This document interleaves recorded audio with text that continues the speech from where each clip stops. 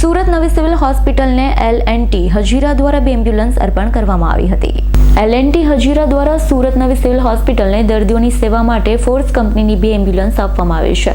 મંગળવારે સવારે L&T કંપનીના VP અને CEO સંજયભાઈ દેસાઈ તેમની ટીમના સદસ્યો સુરત સિવિલ હોસ્પિટલમાં પહોંચ્યા હતા। સિવિલના રેડિયોલોજી વિભાગ બહારથી એમ્બ્યુલન્સ ફ્લેગ ઓફ કરી સિવિલને એમ્બ્યુલન્સ અર્પણ કરી હતી। L&T હજીરા દ્વારા સુરત નવી સિવિલ હોસ્પિટલને દર્દીઓની સેવા માટે ફોર્સ કંપનીની 2 એમ્બ્યુલન્સ આપવામાં આવી છે। મંગળવારે સવારે L&T કંપનીના VP અને CEO સંજયભાઈ દેસાઈ તેમની ટીમના સદસ્યો સુરત સિવિલ હોસ્પિટલમાં પહોંચ્યા હતા। સિવિલના રેડિયોલોજી વિભાગ બહારથી એમ્બ્યુલન્સ ફ્લેગ ઓફ કરી સિવિલને એમ્બ્યુલન્સ અર્પણ કરી હતી। જી આજે કેટલી એમ્બ્યુલન્સ ડોનેટ કરવામાં કયા સંસ્થા તરફથી ડોનેટ કરવામાં આવી? નમસ્કાર, મારું નામ doctor Ganesh Govekar, medical student new civil hospital Surat. આજે અમારા નવી સિવિલ હોસ્પિટલ સુરતને જે એક સાઉથ ગુજરાતની એક મોટામાં મોટી હોસ્પિટલ છે અને એ ઓલમોસ્ટ સાઉથ ગુજરાતની બધી પોપ્યુલેશન અને મહારાષ્ટ્રની પોપ્યુલેશન પણ કવર કરે છે। આ હોસ્પિટલને L&T દ્વારા 2 એમ્બ્યુલન્સ આપવામાં આવેલી છે, જેની કોસ્ટ 44 લાખ જેટલી છે। આ BLS એમ્બ્યુલન્સ છે। આ એમ્બ્યુલન્સ ગરીબ દર્દીઓ માટે લાવવા લઈ જવા માટે બહુ મદદરૂપ રહેશે। જે રિમોટ લોકેશન પર જે પણ દર્દીઓ છે એના માટે લાવવાના અને લઈ જવા માટે આ એમ્બ્યુલન્સ મદદરૂપ રહેશે। એના પહેલાં પણ L&T દ્વારા ઓલમોસ્ટ આજ સુધી 2.80 કરોડ જેટલું ડોનેશન કરવામાં આવ્યું છે। 17-18માં પણ ડોનેશન કરવામાં આવ્યું છે। 19-20માં પણ અમારા ત્યાં એક ફિટલ મેડિસિન ડિપાર્ટમેન્ટ ડેવલપ કરવામાં આવે છે। આ ફિટલ મેડિસિન ડિપાર્ટમેન્ટ જે પણ ફિટસ છે, જે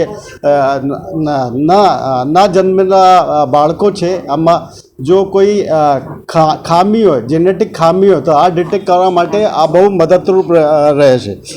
21-22માં અમને એક એમ્બ્યુલન્સ આપવામાં આવી છે L&T દ્વારા અને એક બાયોમેડિકલ વેસ્ટ વેન અને એક બાયોકેમિકલ અને જેની કોસ્ટ 60 લાખ છે।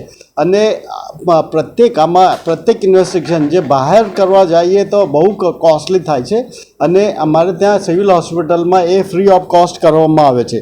અને 2 ફૂલ્લી લોડેડ વોશિંગ મશીન અને 2 મારુતિ વેન્સ, ઓમની વેન્સ પણ આપવામાં આવે છે।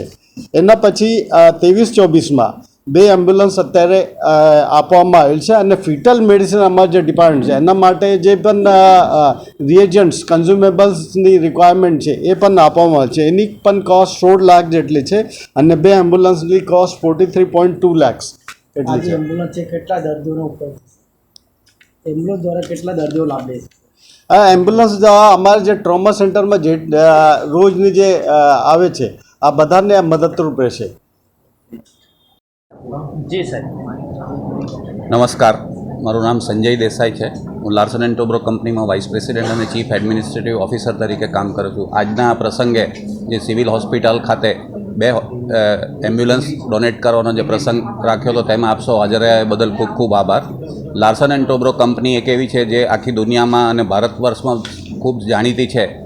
મોટે ભાગે બધા લોકો એને એ રીતે જાણે છે કે મોટા એરપોર્ટ, મોટા રસ્તા, રામ મંદિર કે અટલ સેતુ કે એવા મોટા મોટા પ્રોજેક્ટો કરતી હોય છે, પરંતુ એની સાથે સાથે એ જ લાર્સન એન્ડ ટોબ્રો કંપની આખા ઓલ ઓવર ઇન્ડિયામાં આ રીતના CSR પ્રોજેક્ટો કરતી રહે છે। અને ખાસ કરીને સુરત ખાતે હજીરામાં જે લાર્સન એન્ડ ટોબ્રોનું મોટું એક મેન્યુફેક્ચરિંગ યુનિટ છે, ત્યાં 10 કંપનીઓ જુદા જુદા પ્રકારના મોટા સાધનો બનાવે છે કે જે ડિફેન્સમાં, પાવર પ્લાન્ટમાં અને બીજા જુદા જુદા રાષ્ટ્ર નિર્માણના કાર્યમાં કામ કરતી હોય છે। એની સાથે સાથે આ રીતના બધા CSRના કામ કરતા હોઈએ છીએ। મોટે ભાગે અમે અમારી કંપનીની આજુબાજુના ગામડાની અંદર આ બધા પ્રોજેક્ટો કરતા હોય છે, પરંતુ સુરત સિવિલ હોસ્પિટલમાં જે રીતે દર્દીઓને લાભ મળે છે અને ખાલી સુરત ખાતે નહીં પરંતુ આખા દક્ષિણ ગુજરાતના દર્દીઓનો જે લાભ રહે છે એ જાણીને અમને ખૂબ આનંદ થાય છે। અને તેથી દર વર્ષે જ્યારે બી કંઈક પણ એમની જે રજૂઆત આવે છે એને અમે ખૂબ જ ધ્યાનપૂર્વક લઈ અને જે પણ અમારાથી થઈ શકતું હોય એ હંમેશા મદદ કરતા રહીએ છીએ। આ 2 એમ્બ્યુલન્સનો જેમ ડૉક્ટર સાહેબે એમ કીધું એમ ખૂબ જ ઉપયોગી થશે અને ઘણા દર્દીઓ એનો લાભ લેશે। આ સાથે સાથે અમે બધી સ્કૂલોની અંદરમાં મોટા કાર્યક્રમો કરતા હોય છે।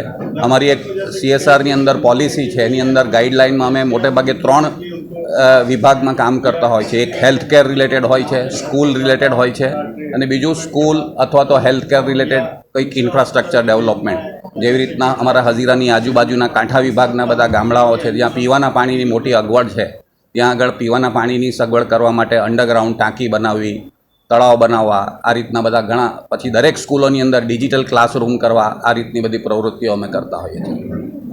Bureau report S9 news Surat.